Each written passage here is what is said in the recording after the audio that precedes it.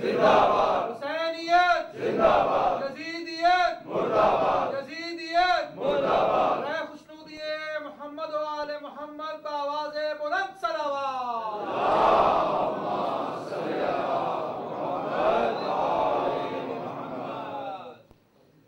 ما شاء الله لا حول ولا قوة إلا بالله العلي العظيم.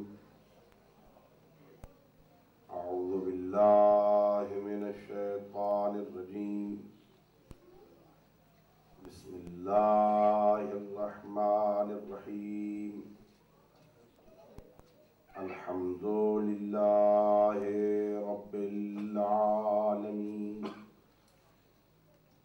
بارئ الخلائق أجمعين، والصلاة والسلام والتحية والإكرام على النبي المؤيد والرسول المسدد المصطفى الأمجد المحمود الأحمد حبيب إله العالمين بالقاسم محمد. اللهم صل على محمد وعلى أهل بيته الطيبين الطاهرين المعصومين الغر الميامين الذين أذهب الله عنهم الرجس وطهرهم تطهيرا.